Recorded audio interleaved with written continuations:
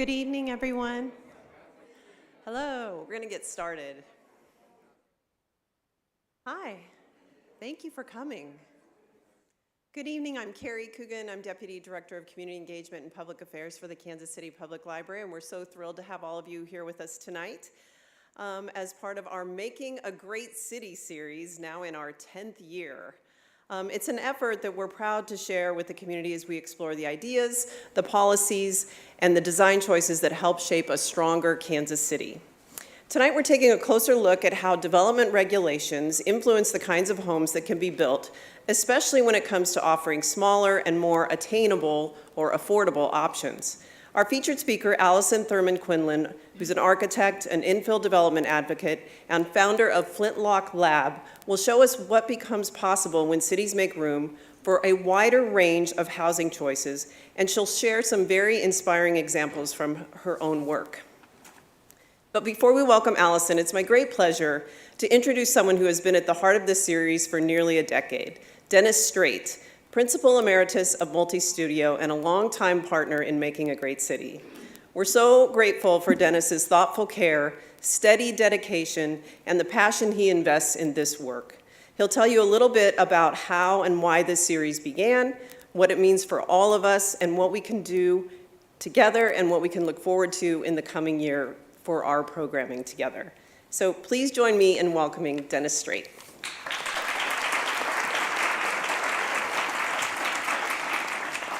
Thanks, Carrie, and thank you all for coming tonight and for caring about our city. I also want to thank Abby Newsham, who's walking down the aisle right here, because, yeah, she deserves a round. Abby does a lot of things here locally to help our city move forward, and she connected me with our speaker tonight, which I'm thrilled that we did. I spent the afternoon with her, and we had a discussion with some local leaders at our office, and I'm exhausted. So hope you guys can get through the night with the energy she's going to bring to the room. So Allison's going to continue our focus this fall on housing as economic development. While we have this slide up, make a note in your calendar for February 5th, and please come back and join us for the last installment in this series with Kobe Lefkowitz, who's going to help us see all the good things that we could do if we just start focusing on the key things that'll help our city be strong again. So the series for the last 8 years is focused on this issue that we've learned about how we've expanded our city in such a way that we struggle now to take care of it, frankly.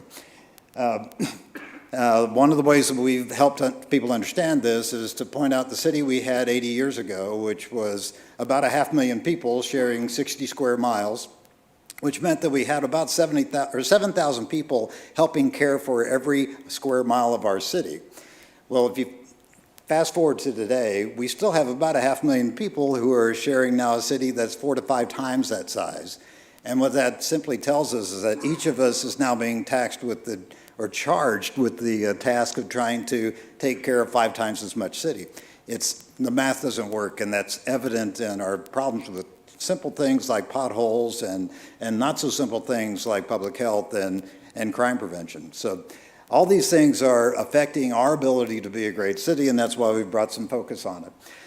This slide that we've been showing recently is simply the result of the simple math of taking all the tax that we generate throughout our city on a geographic basis, and then subtracting out of that all the costs we spend as a city trying to take care of our 320 square miles. And you can see 90% of our city operates in the red. That means 90% of our city is not generating enough tax revenue and property sales and earnings tax to pay for their share of the city services. That's not always unusual. Cities always have some underperforming edges and some really robust, vital centers. We only have 10% of a center, and we need to get a balance back where we have a much more balanced equation of parts of the city that are contributing. So by looking at where we've been over the last 80 years, we can see that we've built in such a way where we've dramatically increased the amount of city each of us has to take care of.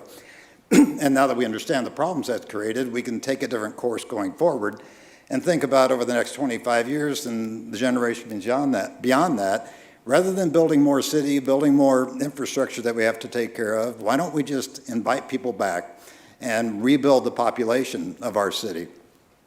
Because if you look at Kansas City, Missouri, we've done some good things in terms of population growth over the last 30 years. But if you look closely at that original 1940 version of Kansas City, Missouri, what we call our central city that goes from the river down to 75th Street, that part of our city has lost 250,000 people over the last 80 years. We can't continue to be a city if we don't have the people sharing everything we try and have as a city in the cost and maintenance of development. So our motto for this year is that we need to find a way to bring 100,000 people back to the central city. And yes, we need to use the streetcar and the new excitement that's been generated over the last 30 years with the reinvestments downtown to get that to be a growth corridor, but that won't be enough. We need to be adding back to that 250,000 people that we've lost and try and get more people back into the central city, helping us, again, take care of the city we've built. So last presentation, we had a panel that helped us understand why housing relates to economic development. And the simple way to understand that is we can generate all the jobs we want, but if we don't have a place for those people to live, we can't really take advantage of economic development. So housing is a fundamental part of what cities need in order to be successful. In our first presentation, Chuck Marone from Strong Towns explained how we got into this housing crisis. And if you have time to go back and look at that video that's available through YouTube on the library's website, I encourage you to do it because it's an important story for us to understand. But then he also offered 3 paths forward, 3 things we can do as a city to build our way out of the hole that we built ourselves into.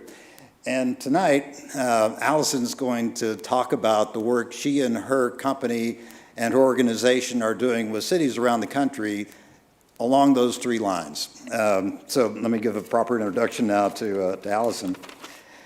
Allison Thurmond Quinlan has a Bachelor of Architecture from the University of Oklahoma and a Master's of Landscape Architecture from Virginia Polytech Institute and State University. Allison is a founding principal of Flintlock LAB, which I just learned she has changed her name of the firm. She'll tell you about that in a minute. But it's a firm based in Fayetteville, Arkansas. That's a multidisciplinary practice. Her firm focuses on regional urban infill and the creation of lovable, livable places that both through development policy and through the architecture that they provide. Allison is also the acting director, executive director of the National Incremental Development Alliance. That's a nonprofit that's helping communities all across the country build an ecosystem of small-scale developers, doing the missing middle housing that we've all talked about, and the kind of development that helps our neighborhoods be strong. Through her work with the Incremental Development Alliance and her experience as a city planning commissioner and frankly with a lot of roles with the city of Fayetteville, Allison has developed a fluency in the policy changes needed to impact housing affordability. She is helping cities remove the barriers to affordable housing, and tonight we're fortunate to have her here with us. Please welcome Allison Thurmond Quinlan.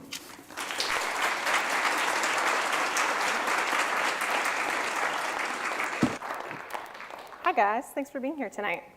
I appreciate it and I'm happy to see you all. Who's ready to talk housing? All right.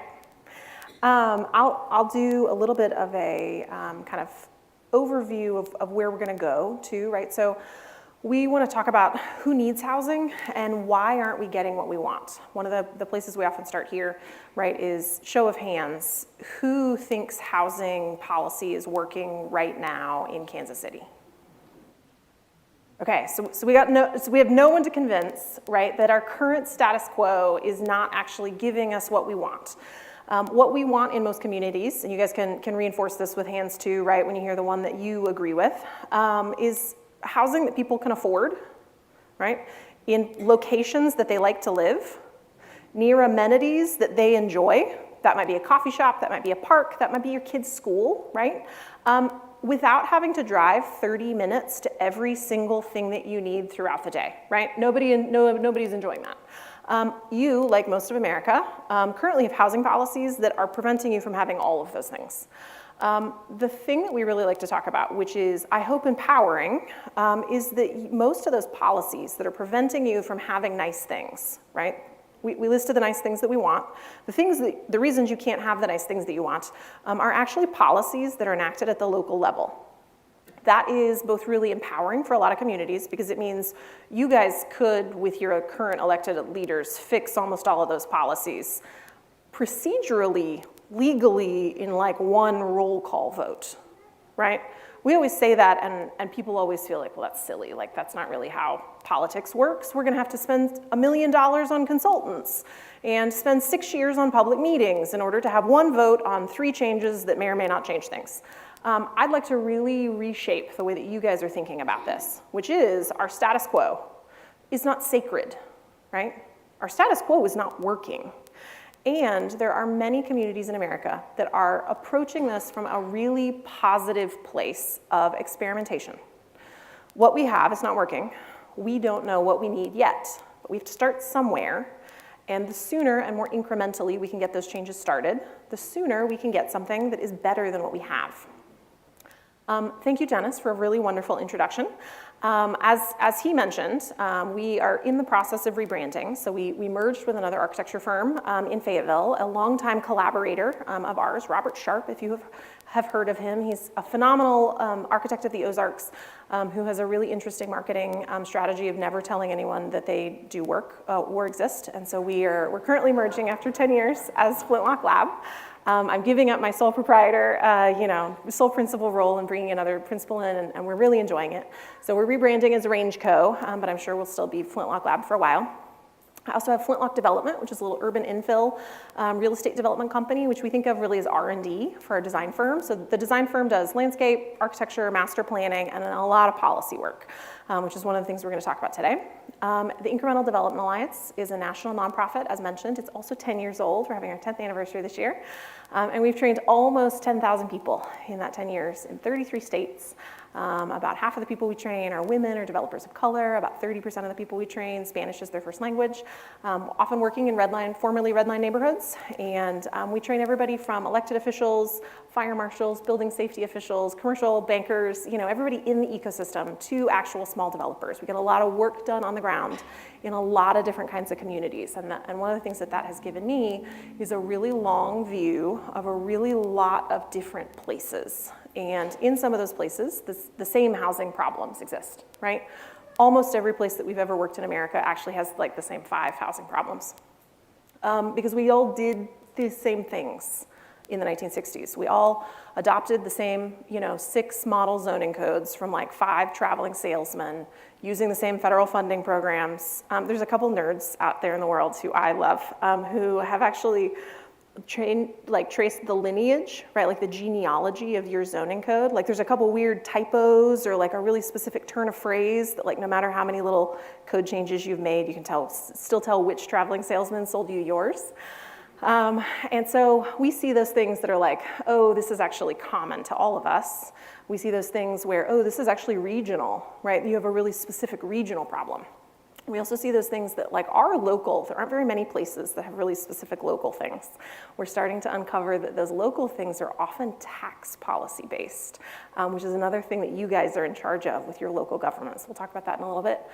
And we bring a really broad, we're a big tent organization. We're almost a professional organization for small developers, really trying to get more housing built, get more places that people like built. And we do that in a lot of ways, but training is our main one. And then I also have 2 other little companies that take up a lot less time. One of them is Incremental Code Consultants. We kept coming to places for a long time.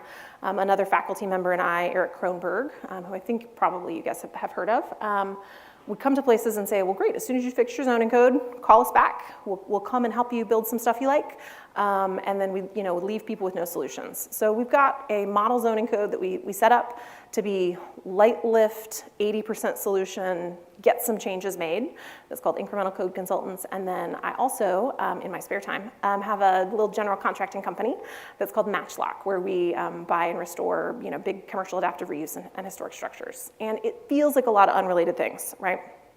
All of it is a company ethos, right, and a life ethos that we want to build lovable, sustainable, and I mean that environmentally, socially, and economically sustainable, generally walkable, dense places so that we can save productive landscapes and sensitive ecosystems from sprawl.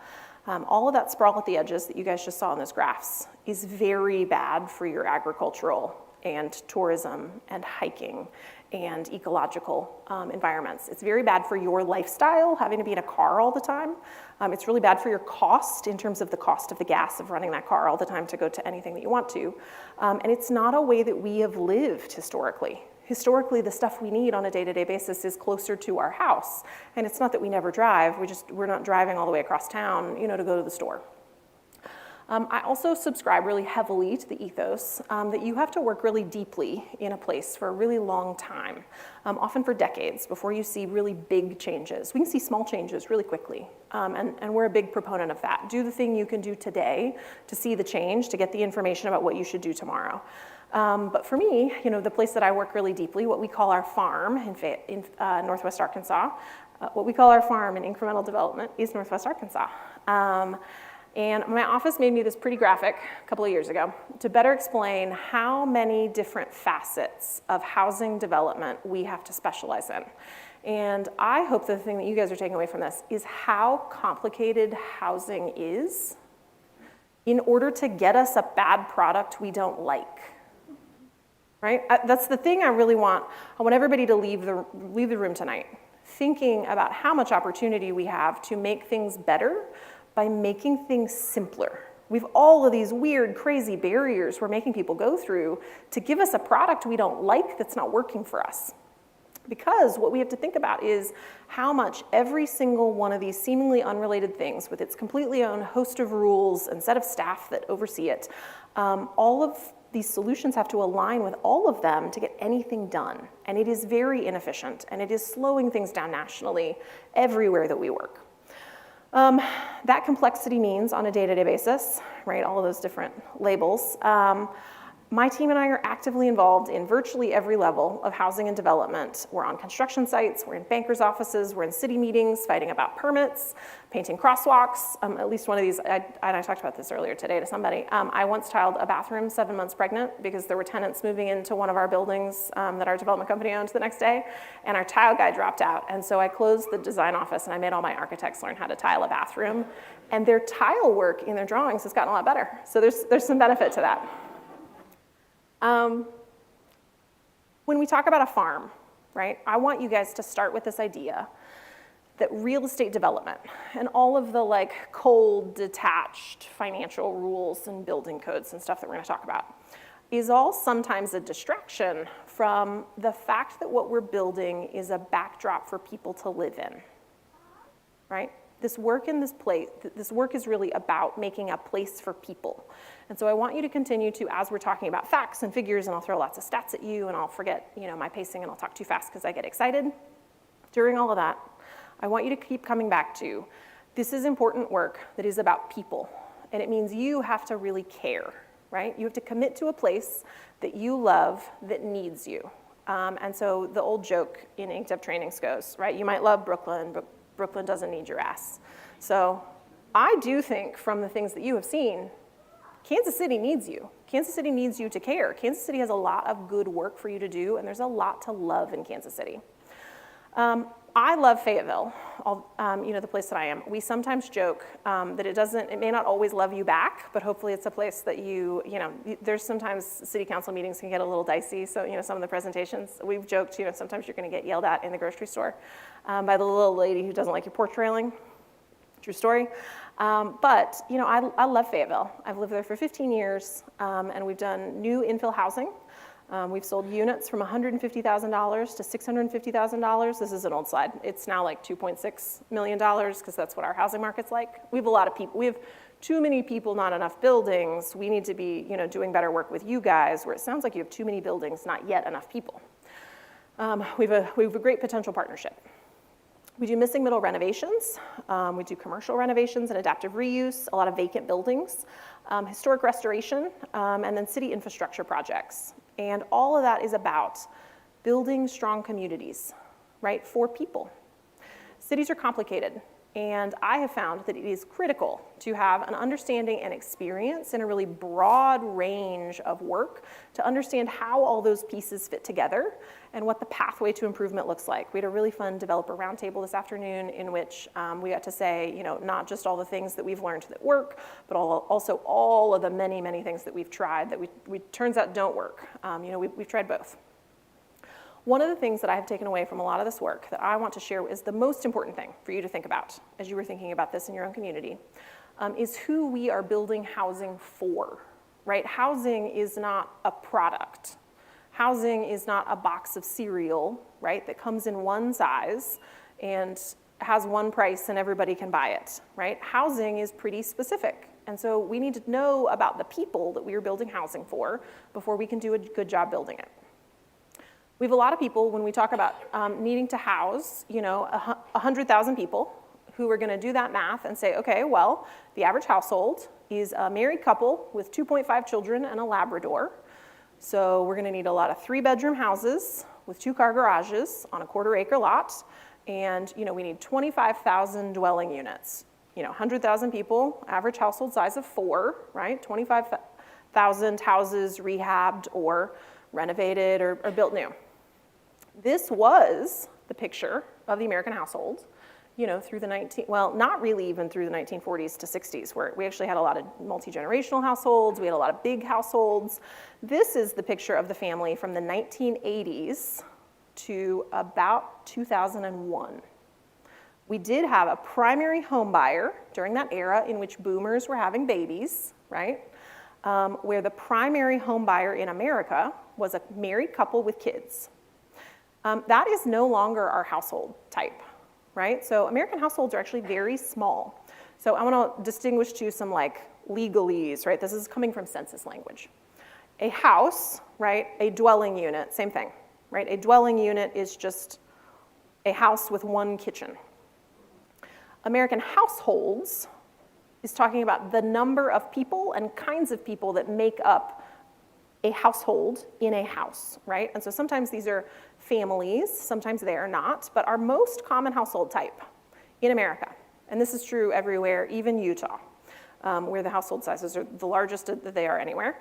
The most common household type everywhere in America we've ever looked at the chart is 2 people living together, no kids. We have a lot of couples who are empty nesters. We have a lot of couples who have not had kids yet. We have a lot of couples who are not going to have kids. That is our most common household type. There is also tucked into that 2 people, no kids, a couple, the 2 people, no kids stat also includes some roommates, but that's a pretty small chunk of this.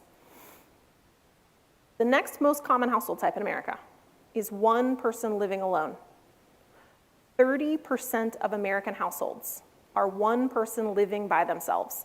That is the fastest growing household type in America, and it has been for 20 years, right? 1/3 of American households, 1 person living alone. Think about how many households we have that are 3 and 4 bedroom, right? 1 person rattling around in all that space. 20% of our households are nuclear families. 6% of our households are single person families. This is national data. You can pull this up on it's chart B11012, which we pull up for a lot of communities. You can double check this really quickly. Kansas City numbers, I took a brief look and decided I didn't need to change the chart. Pretty similar. This all means that 3/4 of our households, a full 3/4 of our households, have no children and are sleeping in 1 bed at night. They also have a lot less cars than you would think, even in very drivable locations, right? So 8% of households have no car. A lot of times that's seniors who can't drive anymore. That's actually the biggest chunk of those 8%. And the 8% no car is almost all single person households. 33% of households have 1 car, right? We've got all of those households that are just 1 person, so they have 1 car. We have a lot of households that are senior couples who only have 1 car because they don't drive much. We also have a decent number of couples that share a car. One of them maybe works from home, right? About half of our households have 2 or more cars, right? So when we think about how much parking we need for housing, this is an important thing to think about too. When we talk about housing 100,000 people, we need more like 50 to 70,000 dwelling units. It's not 25,000, right? It's not four people per house. It's 1 to 2 people per house. And they don't need 4 parking spaces for each house. They need 1 or 2. In contrast to this, our existing housing stock is enormously mismatched. Our existing housing rules are even more mismatched. American houses are really big. Like internationally, we have the biggest houses. You can see what a mismatch we have from our number of people living in a house to our average size of the house in the region. And that hopefully reinforces the baseline of our cost issues, right? We are only letting people buy houses that are way bigger than they even want. 62% of households have 3 or more bedrooms, right? And most rules require only new big single-family houses on big lots. Very bad mismatch to people who live alone or double income, no kids who like to travel, right? They don't want to mow the lawn every Saturday. They've got plans. And here's the reason you guys brought me to town. Are you ready for the secret of why housing is so expensive everywhere in America? More house costs more money. Now that's revolutionary. But if you make people buy more house, if you make the box of cereal much bigger, it will be more expensive. Our houses are too big and we need more of them, right? So they have to be smaller. That's what that whole lead up was to, right? Our houses are too big. We need a lot of them. And so we need them to be smaller. And when we have existing ones, we need to figure out how to cut them up into more dwelling units so that they will house, small households well. If we only build big houses, they will be too expensive, right? And they will take up too much space. Space that your city does not have that just makes you have more fire hydrants that you have to take care of per person, which I think is a great way to show that, right? So this is my region's growth. So our first proposal is making them smaller, making the houses smaller on smaller lots, does help our available space problem.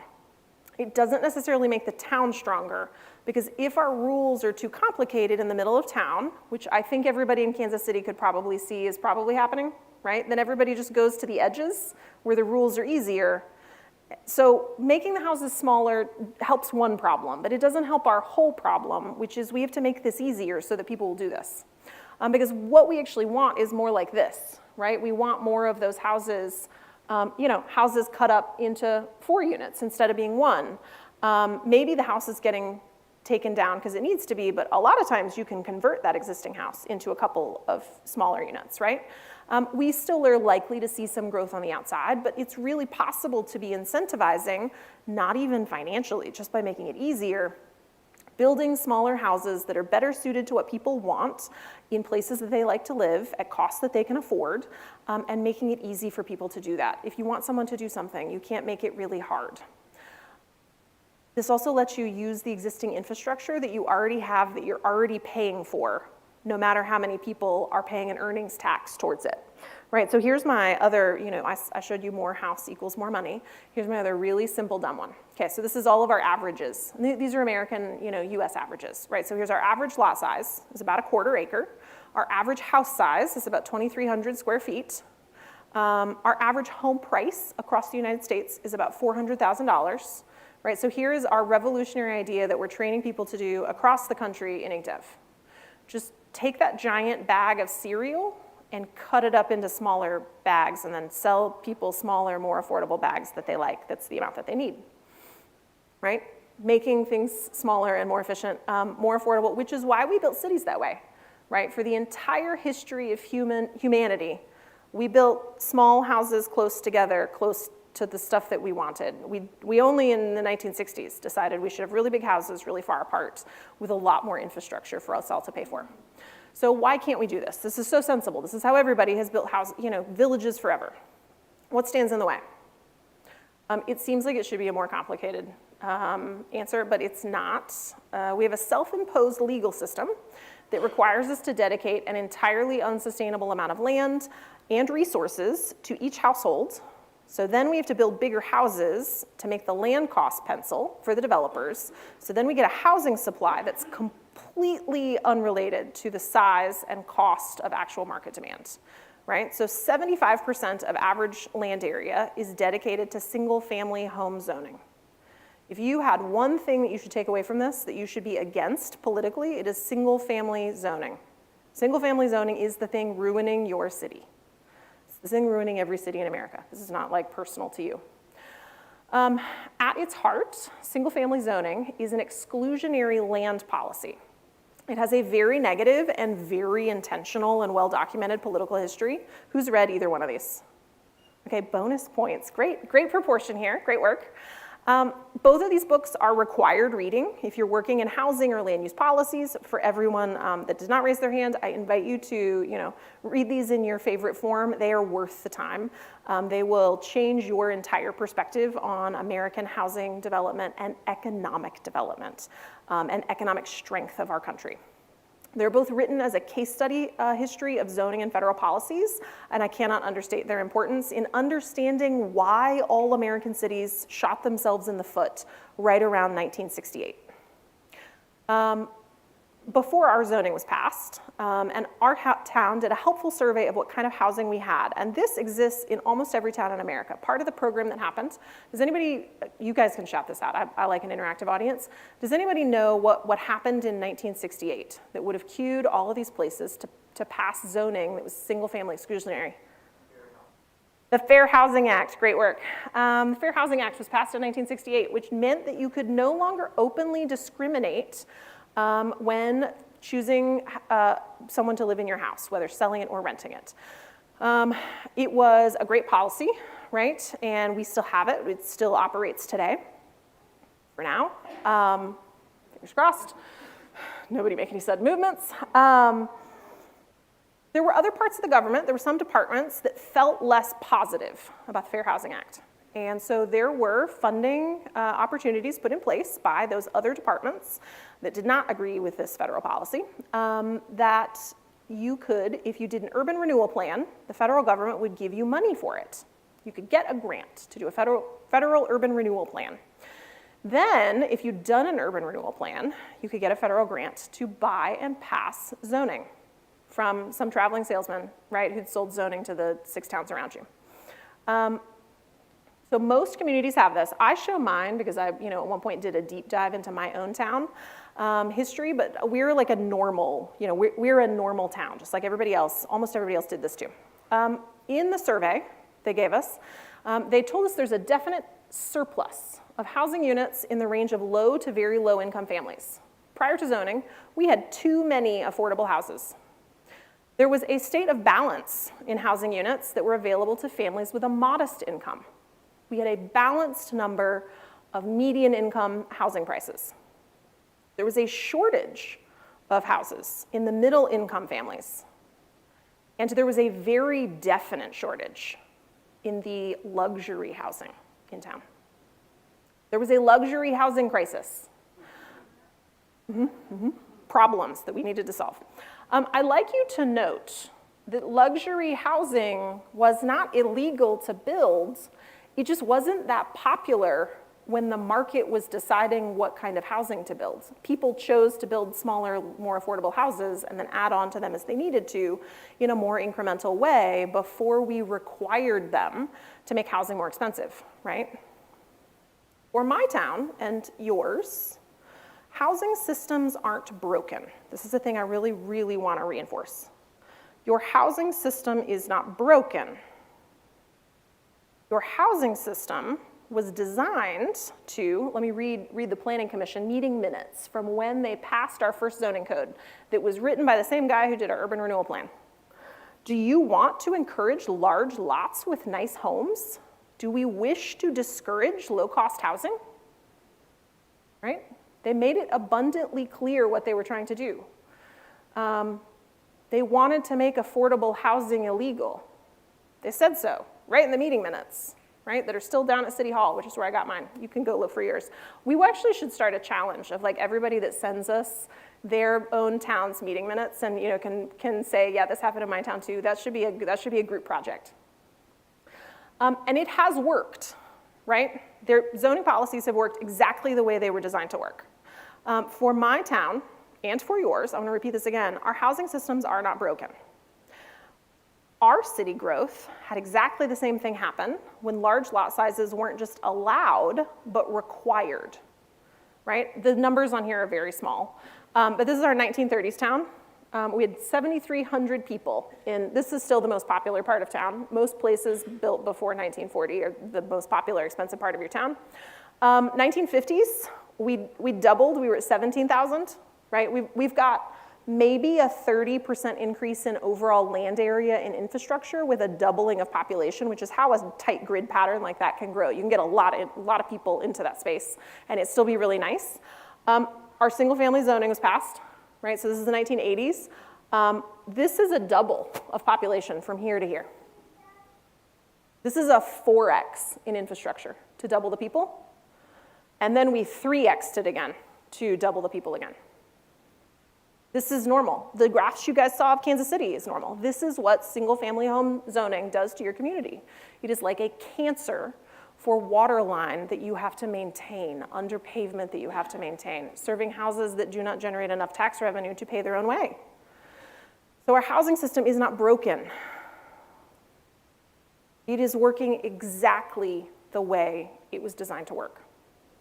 And if you leave it in place, you cannot subsidize your way out of it working the way it was designed to work, right? We're setting money on fire to try to pay for affordable housing inside of a system that's designed to make housing more expensive and less accessible.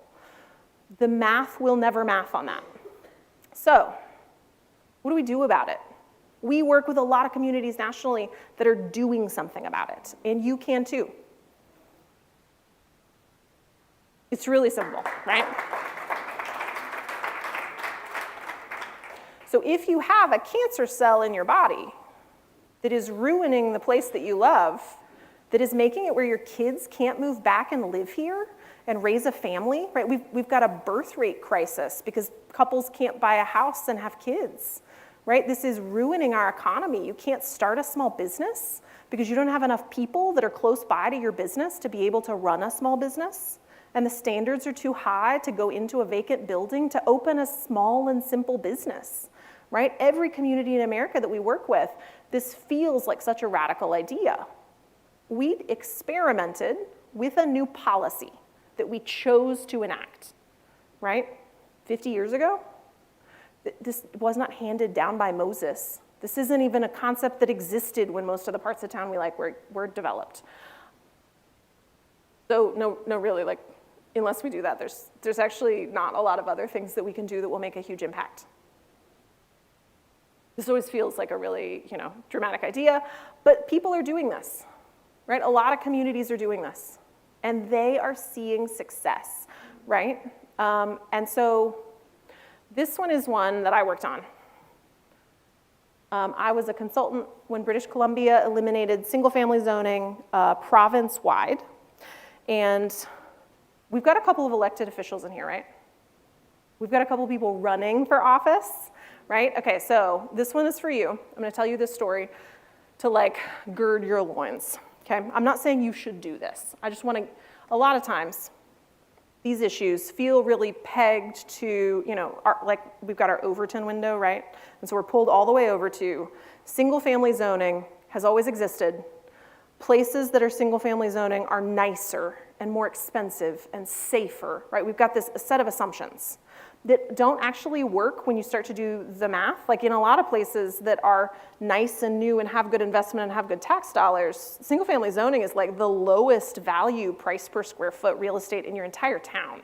And so a lot of those things are just not true, but I want to pull your Overton window over with the story of British Columbia.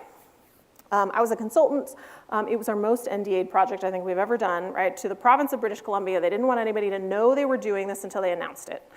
And they decided that they had a housing crisis that was going to ruin their ability to govern and to sustainably move into the next 5 to 10 years. And that it was so bad that they were going to eliminate the rights to have single-family zoning in every municipality in their province. They announced it in June, and as a municipality, you had to have all single-family zoning removed from your zoning policy 6 months later in December, okay?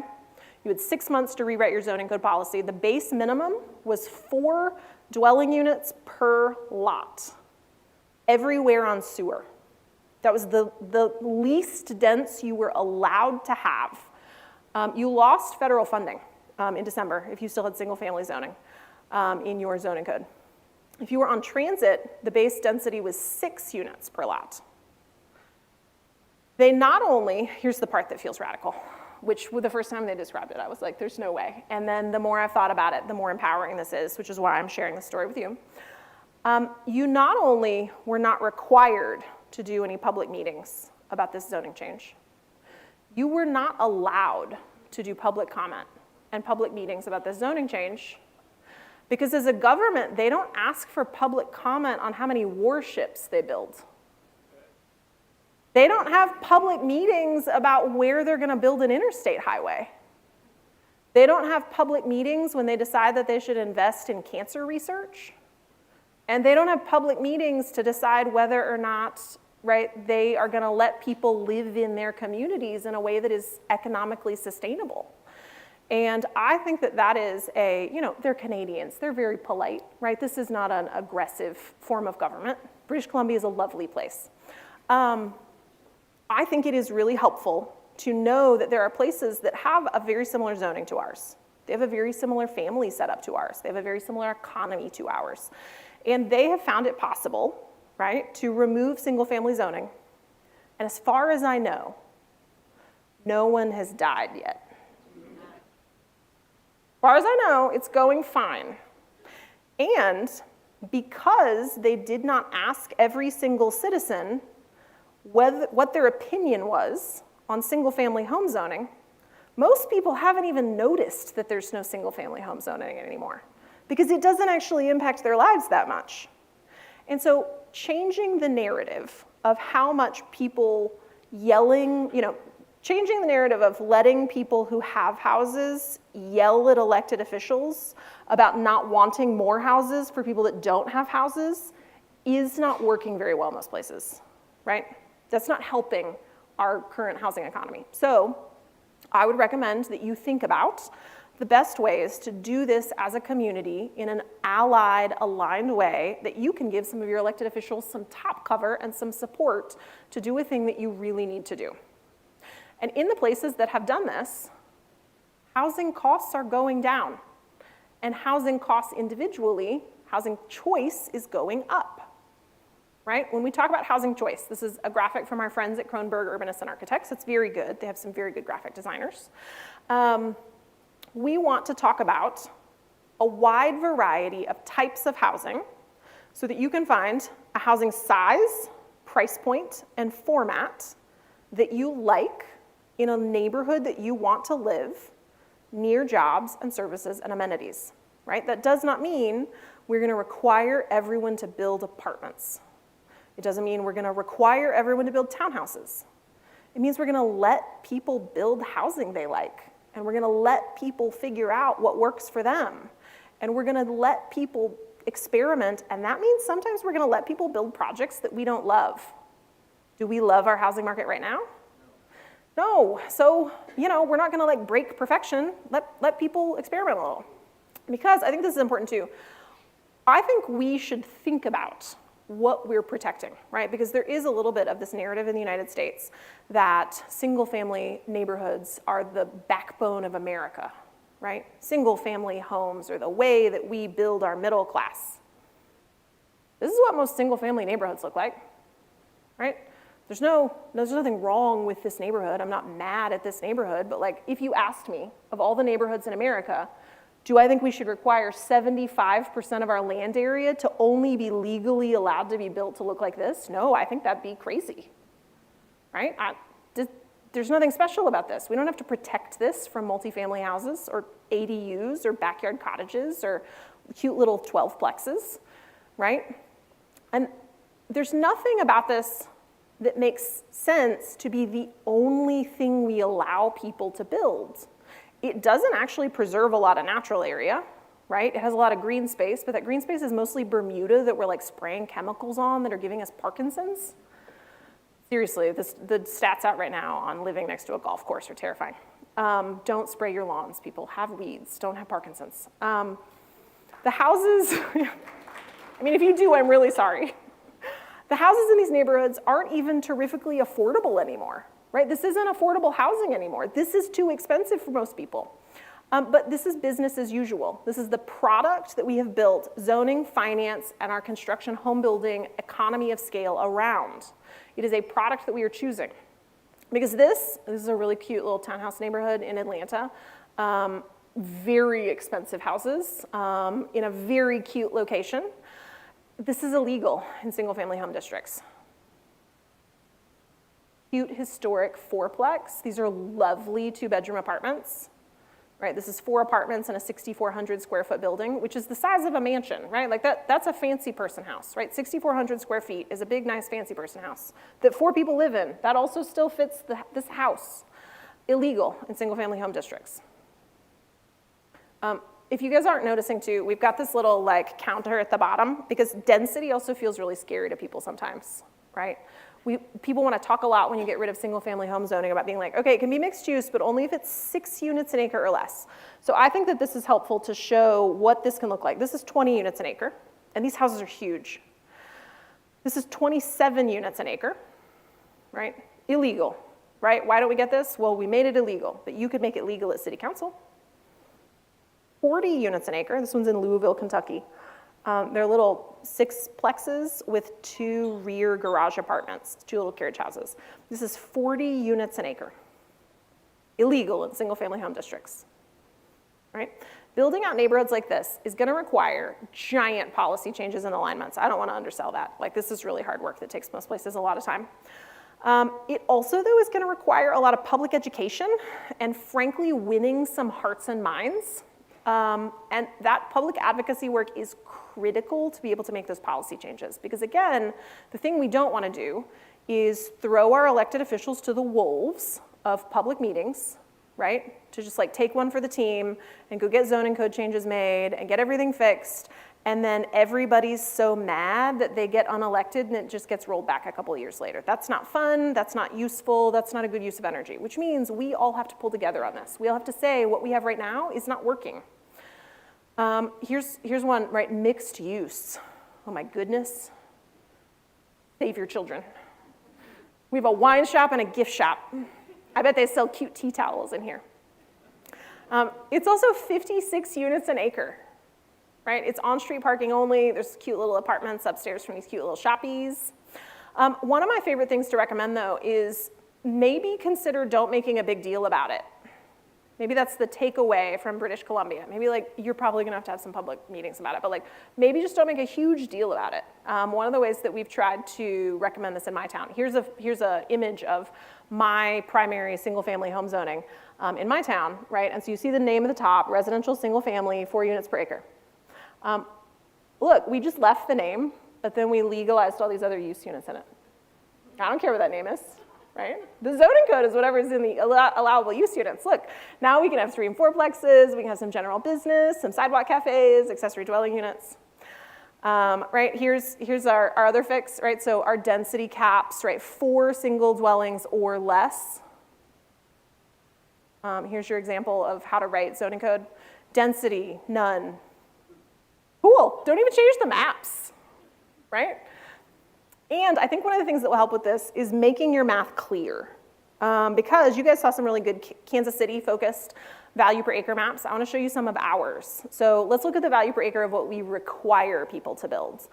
So here's our town map, right? You can always see the spike of downtown, just like you can with ours. So all of this stuff at the edges is what we require. Even our commercial, right, business as usual, this is our high-end new commercial. This has a really high-end tenant in it. It meets all of our codes. The landscaping screening is right. The parking ratios are right. This is what we require. I want you to pay attention to this number down here.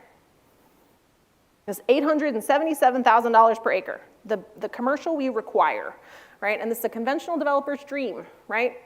Good lot frontage, new infrastructure, right? Doesn't even show up on the map. Doesn't even show up. And the thing I want you to think about, all right, so here's our downtown, right? So downtown is these big spikes. So land should be worth more, right? Because the stuff's worth more. Well, this pattern of building back from the street, parking in the front, 1 story, 1 use, even in highly desirable locations, it's worth $700,000 an acre. It's less new, it's less shiny, but it still meets what we require for commercial buildings, and it's very typical valuation for that kind of development. Right, here it is. It's a little gap in our downtown valuations. Here's our fancy houses, 1.7 million an acre. Most houses are worth more than commercial buildings.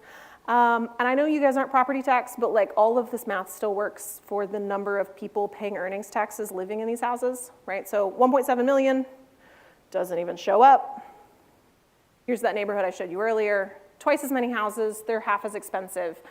These are the 2 neighborhoods that would come out and tell you that ending single-family zoning will impact their property values, right? It's the budget version, also doesn't even show up as a spike. So let's look at the property value per acre that we could allow, we could just let people do. These are all in the same area. This is my farm. This is that little building I showed you that's the commercial one. This is our most expensive place in town. We're gonna look at the wide range of what this can look like and the valuations. So here's the ugliest building I've ever done, and I included it so you can see what incremental development's worth. Can you guys see that number? $7.3 million an acre. It is a 1-story single commercial building, and it's 25 feet wide. What happens if your city has 16 acres of this instead of 16 acres of the sprawl pattern development that has 4 times as much infrastructure to support it, right? This is on a 30-foot right-of-way. This building was empty for 40 years until we removed our Main Street parking requirements. We don't have any commercial parking requirements in town anymore. So this building didn't have enough parking to legally let someone open a business in it without tearing a building next to it down. So as soon as we removed that commercial parking requirement, we opened a restaurant in it, and it's now worth $6.14 million per acre, plus a lot of alcohol sales tax. So no parking, but we're not letting people drink and drive. Yeah, you should Uber here. Here are the cute little houses you guys saw a photo of on the cover of this, and the before building that we removed. The taxable value increased 2,800% after 6 of our 28 cottages were planned. This one's $8 million an acre. This is like one of my proudest moments, right? You can see my little curve of houses right here. And I don't know what this tenant did to hurt the county appraiser, but something. They yelled at the wrong person at the office that day. These are one-bedroom cottages that we built. This is 4 little one-bedroom cottages on a traditional downtown 50 by 150 lot. They're 500 square feet, fully wheelchair accessible. They're right next to the senior center. They qualified as affordable under federal standards the year they hit the market with no subsidy. The developer made money on these. These sold for $150,000 each. The mortgage payment on these at the time was about half of what you could rent a one-bedroom apartment downtown for, and they're worth $5 million an acre. We have 4 people earning full incomes, living in these houses, paying earnings tax instead of one big house that has students in it, which is what would have gotten built otherwise. These 2 are, we thought that we had the number wrong. When I did this math twice because I thought it must be wrong. It's 2 sets of 4 townhouses, and the long side of the townhouse is towards the street with a big front porch, so they look like big American Foursquares, and then there's 3 more townhouses behind that, parking in the back. So it's 8 units on 2 downtown lots. The entire thing was paying $367 in taxes before we built these. Oh my gosh, this makes my heart warm, right? You can see my little spikes, the 2 little building spikes right here in this neighborhood. But you have to make it legal. Nobody's going to do this if it's illegal, right? If you're going to break laws, there's way more fun laws to break that are way more lucrative. The classic American town looked a lot like this, right? This is the kind of town that we all pay money to go on vacation. This is the kind of part of town that we put on the postcard, right? Walkable main streets, small to no setbacks, simple, narrow streets, locally owned businesses, walkable neighborhoods with a mix of housing types. And we see some of this built new in TNDs, but generally, if your town has this arrangement, it's historic and grandfathered in, and it's lucky that we didn't tear it down, right? It's illegal almost everywhere. This one is legal everywhere. This is why we get it. And I think legalizing accessory dwelling units is a good start. I wrote the first ADU code in the country to legalize 2 accessory dwelling units per lot everywhere in the city by right. No public hearings required, no owner occupancy requirements, no additional parking requirements. You could meter it with the house or separately, your pick. The size of the ADU wasn't tied to the size of the house, and you could put the ADU in front of the house. If you had a little historic workers' cottage that was set way back on your lot, build a new house in front, we don't care. I would like you to note, so very flexible, right? They are changing that code now. 4 years later, they're considering another round of changes. 3 ADUs per lot. Then here's your real hack. You want to let people plat them onto little micro lots to sell them individually so people can afford them. No one has died, right? We passed this crazy code. No one's died. That's the thing I really want to reinforce to you. If this stuff doesn't work, you can change it again. You got plenty of time. My other one that we talked about this a little bit today, right? Once you have legalized all of this stuff, you need to eliminate your minimum lot sizes. That's the other thing that's going to be a poison pill in there that's going to kill you. And I want you to see some examples, right? That these are silly. It's called a spite house. It's 7 feet wide. It was built to block an alley that the homeowner was annoyed people kept throwing trash in the 1830s. And his spite has provided 200 years of safe and entertaining housing to residents, right? Even at its most extreme. Again, no one will die. This will be fine. These 3 are on really little lots. They would not have been possible in a zone with minimum lot sizes. These are on 1,400 square foot lots, right? Not legal with minimum lot sizes. The thing that I want you to take away from this is that you should stop worrying that you're going too far. You've got to worry you're not going far enough. Right? It's bad out there, you guys. You got to do so much more than you think you do. One of the things that we talk a lot about is that, and Chuck may have said this is his analogy, if you guys came and saw him 2 talks ago. Housing is like a door with a bunch of deadbolts on it, right? And you open a couple of deadbolts, the door's not opening until all the deadbolts are open. right? And the thing that I have for you that may be bad news is that once you get the deadbolts all open and you open that door, there's another deadbolt covered door back behind that one. And so you got to keep doing this in an iterative way, right? And so if you do something that you're getting bad results from, you can change it again, and it will be okay. But as a built environment professional, I wanted to remind you where we started, right? Which is that we're going to talk a lot about buildings and streets and density. And the built environment isn't actually the buildings, right? That's not the important part of this, because we're building the backdrop of people's lives. We're building the street that they're going to learn to ride a bike on, right? We're building the cafe that they're going to build friendships in. We're going to build the street that you drive down on the way to the hospital as your first child is being born. This is not just about buildings, right? And I want you to talk about housing as being about people. As you convince your neighbors that this is something you have to do, time is of the essence on this, right? We're going to miss entire childhoods if it takes us 15 more years to make any change to housing. And no one is going to come and fix this for us. What we have done so far has not been enough in any of our communities in the United States, right? Nobody's fixed this yet. Lots of people have done really good work. Nobody has a silver bullet. We're going to have to work together to make major changes across the board to housing policies, to workforce development, to approaches to parking, to make this a place that people can continue to live good lives. With that, we'll take some questions.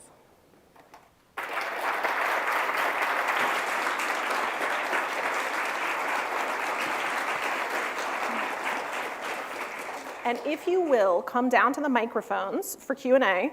I'm going to put this back up just because I love this gut punch. But come down to the microphone so anybody on the live stream can hear your question. Great.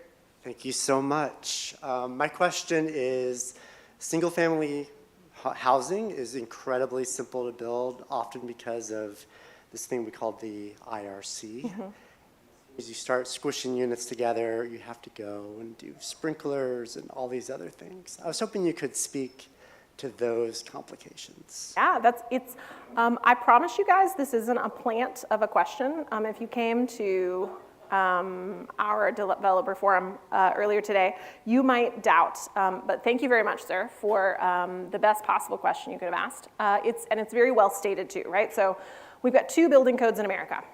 The International Residential Code and the International Building Code that are general model codes. They're put together by volunteer commissions that are largely staffed by staff members of companies that sell products that go in buildings.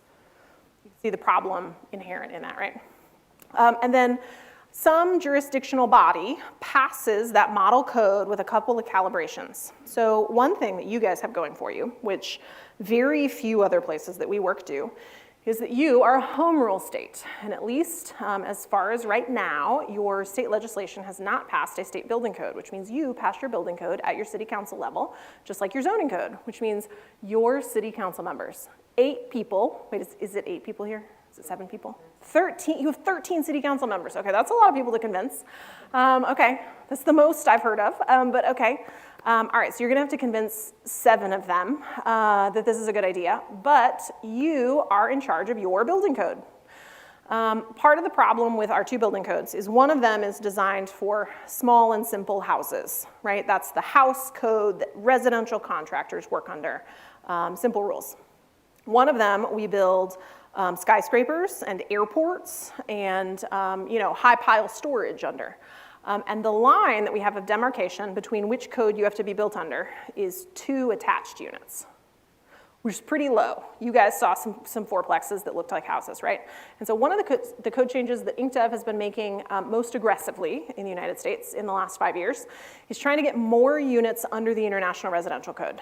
So the more units that we put inside the residential code, the more units in small house format, which you guys saw earlier, can be built by residential contractors who already have a set of rules.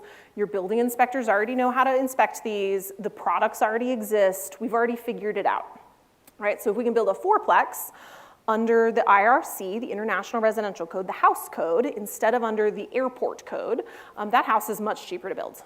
Right? You don't need a commercial contractor to come and pour lightweight gypcrete on your truss system to give you a horizontal separation of 2 hours between units and then put in $80,000 in fire sprinklers.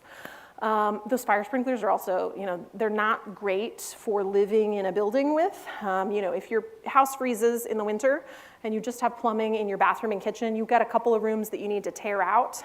If you've got pipes running in every single wall and ceiling in your entire house, and the house freezes because the heat has got off in the winter, you have to gut the entire house. If you have a painter, this has happened to 2 clients of mine. If you have a painter in one of those buildings and they carry a ladder through and they accidentally clip one of the fire sprinklers on the ceiling, the entire building is drenched in water, and then you have to gut the entire structure. That has happened to 2 clients of mine with buildings less than 2 years old, right? The number of people who die in fires in the United States is about 3,000 a year, the entire country. Almost all of those fires are businesses and single-family houses, especially trailer houses. Most of those house fires where someone dies is a trailer house in a rural area where someone is smoking in bed. Right? Apartments they're not where, small fourplexes are not where people are dying in fires. So moving more buildings into IRC without fire sprinklers is absolutely your single best way to make housing more affordable, and it also means you can legalize renovating your historic 4 to 12 plexes that you have a lot of in Kansas City that are wonderful buildings. So Tennessee, in 2019, an alumni of IncDev and an absolute killer small developer, legalized 4 plexes under the International Residential Code in Tennessee. Then one of our faculty members helped get that passed in North Carolina. One of our faculty members got one passed in New Hampshire. This was a real hold my beer sort of situation, like in a series of years of faculty members competing with each other. We introduced bills to do that in Arkansas and Oklahoma last year. Neither of them made it through first time, which we weren't super expecting, but we're putting bills through again, Oklahoma, Arkansas, Indiana next year to do that, which is really hard at state level. So you guys could be doing that here at the city council level. And Dallas recently, who can also do this at city council level, their city council just approved up to 8 units under the IRC. I would like to give you 12 units as the next thing that nobody's been able to pull off yet. You'll get bragging rights nationally if you can pull it off, and your housing will be better and more affordable. Hi, I live right behind here in a condo in an old building. I'm an owner. We have owners, and we have owners that rent. We're finding that, and I found this after I moved here, bought my unit, a lot of people, the owners that live there are more likely to want upgrades because they're old buildings. Sure, that makes sense. So this goes through a lot of condos in the area. I've been told by real estate agents that now banks in Kansas City do not want to take loans to build condos anymore. Okay. They're building all apartments. What's the solution? Is the problem, I'm going to ask a follow-up question, I apologize. Is the problem you're trying to solve financing more condos or more homeownership opportunities at more density, which are 2 different problems? If the answer is financing more condos, that regional banks are a really important partner in the housing ecosystem. You have to be able to find bankers who can use traditional federally based loans, right? Like there's different loan products. I know a lot of people don't talk about it this way, but like a bank's job is actually to sell you money, right? They make money by giving you money, right? They give you some money and then you pay them interest, and that's their business. And so they have to convince you to do stuff that they can sell you money for that meets their federal regulators' requirements. And so there are a lot of federal regulations, but there's actually a lot of flexibility in federal finance, federally approved finance, right? And so if local bankers are struggling to finance condos, that may be related to those loans being riskier, right? Apartments do tend to be lower risk because you have one owner, you have one person that is responsible for keeping the building maintained, and they are financially incentivized by keeping the building maintained. When you split buildings up into condos, it does cause more liability, it does cause some friction. There are some great opportunities for home ownership though, if, splitting density and home ownership out, right? So apartments that are pretty dense, could be old buildings, it could be functionally a condo building, but it's under one ownership. That does work really well. If the goal is homeownership at density, townhouses, very small format cottages, right? You guys saw all those projects that were like 20 to 40 units an acre, and a lot of those were a house on a lot you could buy with a traditional mortgage, just the same way you could a big house. And so there's really good opportunities once you legalize housing choice to both be able to have old buildings that have multiple units in them, which may be condos or might be apartments, and there's great opportunities to legalize other forms of denser housing that can work really well too.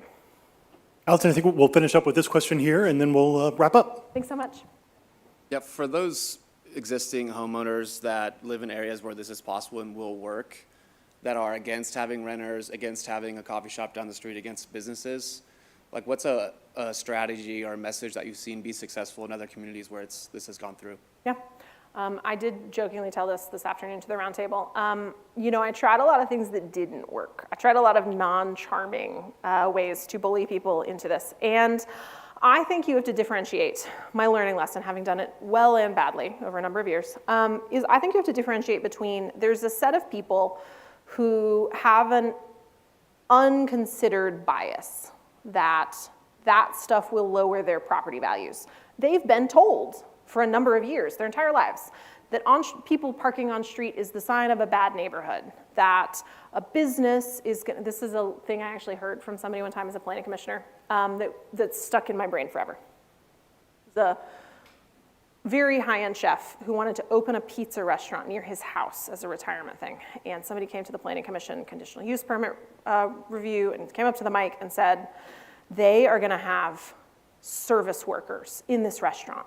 And the service workers are gonna be selling drugs out of the back of the kitchen. And I live behind this restaurant, and the service workers are gonna get my kids hooked on drugs, and they'll never go to college, and it's gonna ruin their lives. And lady, it's high-end wood-fired pizza.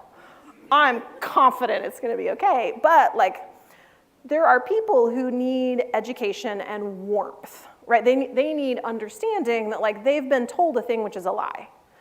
They've been told a thing which is a lie, which is only single-family neighborhoods that have no businesses are safe and have property values that are stable. They need to be gently, warmly educated by their neighbors, actually that's a lie and it's not actually benefiting us, and mixed-use neighborhoods that have appropriate taxation and investment in infrastructure have much higher property values. And that set of townhouses is actually probably gonna give a great comp that's gonna increase your property value significantly, and having a walkable coffee shop is also gonna boost your property revenue. And so there's a set of people who can be convinced, right, who just need more education and information. There's another set of people who have a house, and they don't care you don't have a house. And they don't want their neighborhood to change, and there's nothing you could say to them that would change their mind. And I don't think you should treat everybody like the second category. I don't think that's helpful. I don't think that you should expect perfection, that everybody's gonna totally agree about everything, right? I think it's okay for people to be worried, but I think we have to care about other people.